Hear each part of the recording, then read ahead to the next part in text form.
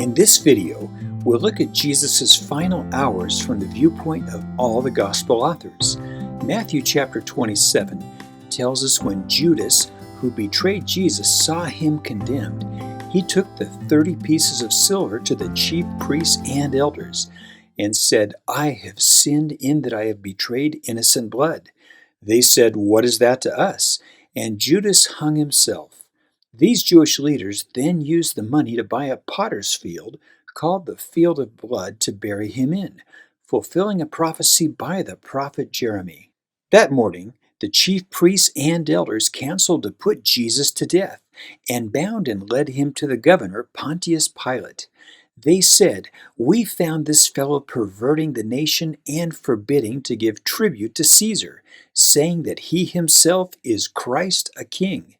As Jesus stood before him, Pilate asked, "Art thou the king of the Jews?" And Jesus said, "Thou sayest." He would not answer the chief priests and elders' accusations, and when Pilate asked, "Hearest thou not how many things they witness against thee?" Jesus remained silent. Pilate then marveled greatly and said that he found no fault with this man. Jewish leaders said that Jesus stirred up and taught the people beginning with Galilee. When Pilate learned that he was a Galilean, he sent him to Herod, who was in Jerusalem. Herod had heard many things about Jesus and wanted to see him perform a miracle. But when he questioned Jesus, he did not answer him. The chief priests and scribes stood and vehemently accused Jesus, while Herod and his men of war mocked and arrayed him in a gorgeous robe, then sent him back to Pilate.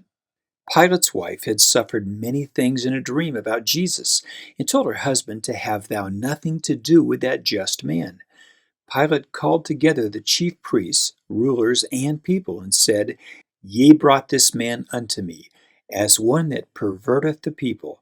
And I, having examined him before you, found no fault in this man touching the things ye accuse him. Nothing worthy of death is done unto him. I will therefore chastise and release him." But the people cried, "Crucify him." And Pilate asked them again, "What evil hath he done?" And said that he found no cause of death in him. It was a custom of the Passover feast that the people could choose a prisoner to be released by the governor. A murderer named Barabbas was being held, but Pilate was willing to release Jesus. He asked the people, "Whom will ye that I release unto you, Barabbas or Jesus, which is called Christ?" The chief priests and elders persuaded them to ask for Barabbas to be released, and not Jesus. They cried, "Away with this man, and release unto us Barabbas." Pilate asked what he should do with Jesus, which is called Christ, and they said, "Let him be crucified." He asked, "What evil hath he done? I have found no cause of death in him. I will chastise him and let him go." But the people said a third time to crucify Jesus. Pilate had Jesus scourged, perhaps hoping this might satisfy the people and they would show him compassion. He told them, "I bring him forth to you, that ye may know that I find no fault in him." When Pilate saw that he could not prevail over the multitude, he took water and washed his hands before them, then said, "I am innocent of the blood of this just person. See ye to it." The multitude said, "His blood be on us and on our children." Soldiers took Jesus into the common hall, stripped him, and put a robe on him.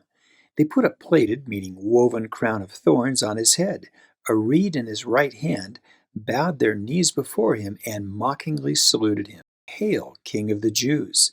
They spit on him and smote his head with a reed. Pilate asked Jesus, "Whence art thou?" But he did not answer him. When he asked if Jesus knew he had power to crucify and release him, Jesus said, "Thou couldst have no power at all against me, except it were given thee from above.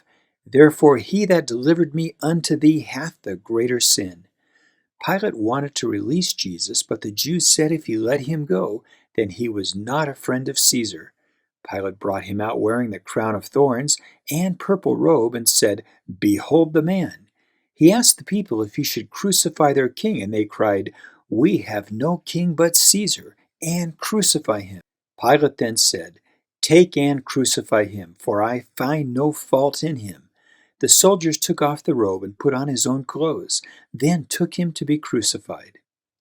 As Jesus carried his cross, Simon, a Cyrenian man, was compelled to bear it for him. A great company of people followed, bewailing and lamenting. Jesus said, "Daughters of Jerusalem, weep not for me, but weep for yourselves and your children. The days are coming when they shall say, Blessed are the barren, and the wombs that never bare, and the paps which never gave suck. They shall say to the mountains, Fall on us, and to the hills cover us."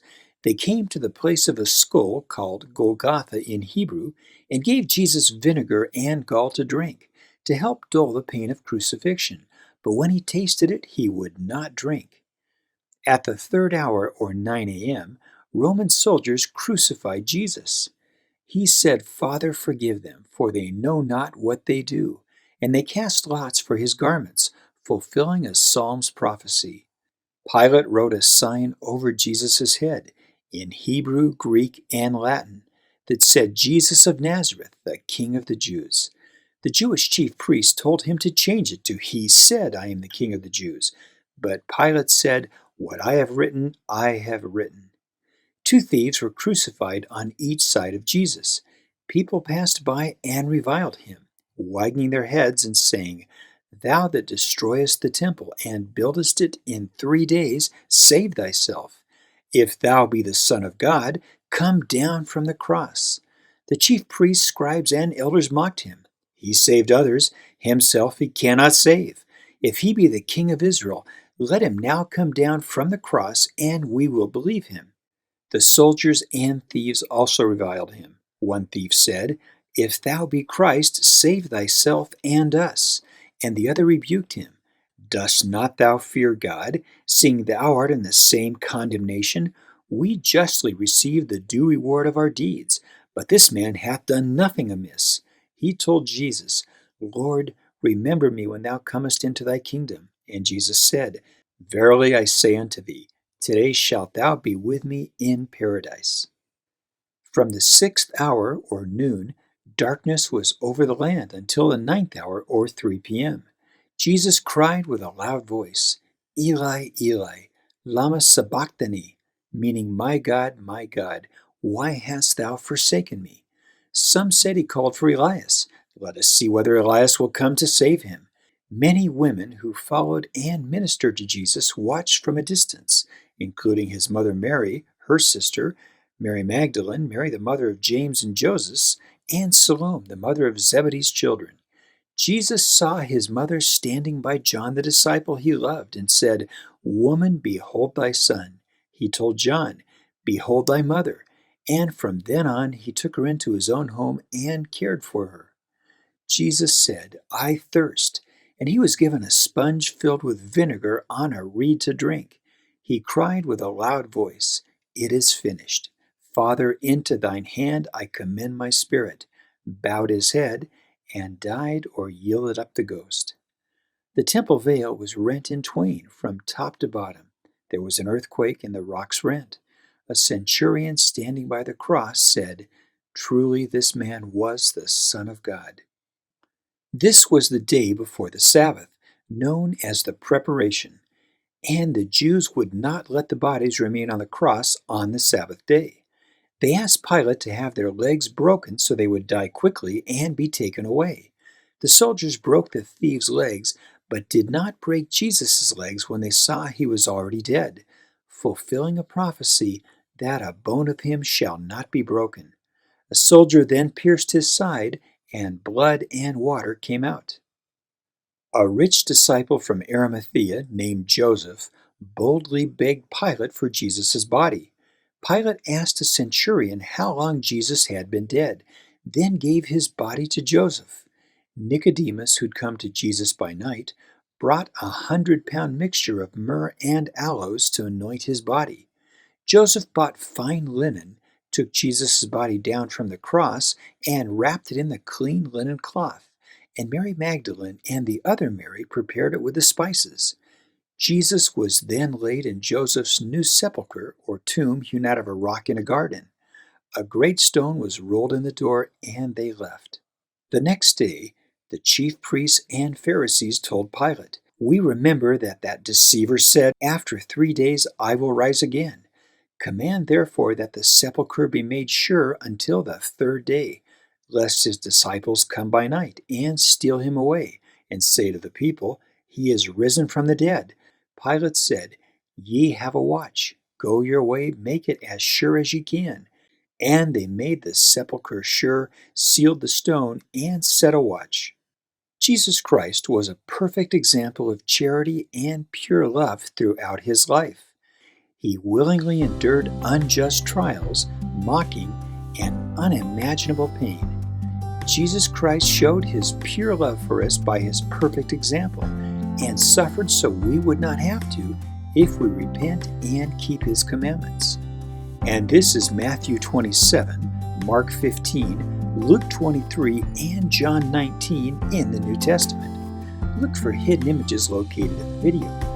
You can support Ponderfun by visiting our Etsy site, ponderfun.com website, and our Facebook page to find more fun things to do. Please like and share these videos with anyone you think might enjoy them, and subscribe to this Ponderfun YouTube channel. Thanks again for watching, and find some time this week to ponder.